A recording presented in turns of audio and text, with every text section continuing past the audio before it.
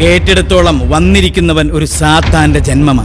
കിരീട സിനിമയിൽ കൊച്ചിനെനിഫ് ഷൈൻ ചെയ്ത പോലെ ഞാൻ ഷൈൻ ചെയ്യാൻ പോവാ.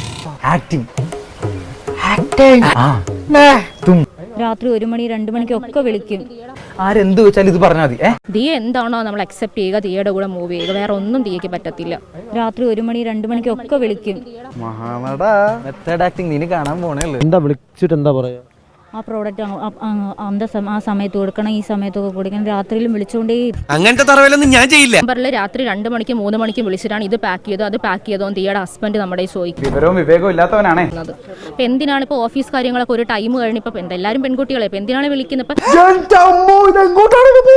രാത്രി 1 മണി 2 മണിയൊക്കെ ആകുമ്പോൾ വിളിച്ചിട്ട് ഹലോ എന്ത് ചെയ്യുന്നു, ഇങ്ങ് പൂവാലന്മാരെ പോലെയാണ് സംസാരിക്കുന്നത്.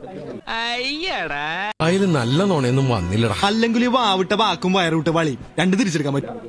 ഹസ്ബൻഡിന്റെ ഭാഗത്തുനിന്ന് വളരെ മോശമായ അനുഭവം ഉണ്ടായിരുന്നു. വളരെ മോശമായിട്ട് അല്ലെങ്കിൽ പോലും ഇങ്ങനെ പാതിരാത്രി വിളിച്ച് ശല്യപ്പെടുത്തുന്നതൊക്കെ വളരെ മോശമായിരുന്നു. നിന്റെയൊക്കെ അഭ്യാസം ഉണ്ടല്ലോ, നിന്റെ നാട്ടിൽ പോയി ഇറക്കിയാൽ മതി. ജീവനക്കാരിൽ ഒരാൾ മാധ്യമങ്ങൾക്ക് നൽകിയ പ്രതികരണവും അതിന് ദിയ നൽകിയ കമന്റുമാണ് ഇപ്പോൾ സമൂഹ മാധ്യമങ്ങളിൽ ട്രെൻഡ്. വീട്ടിൽ ബിരിയാണിയാണ് മോളെ, മണ്ണുവാരി തിന്നാറില്ല എന്നാണ് ദിയ കൃഷ്ണ പോസ്റ്റിന് താഴെ കമന്റ് ചെയ്തിരിക്കുന്നത്. സാമ്പത്തിക തട്ടിപ്പ് കേസിൽ നിർണായക വഴിത്തിരിവ്.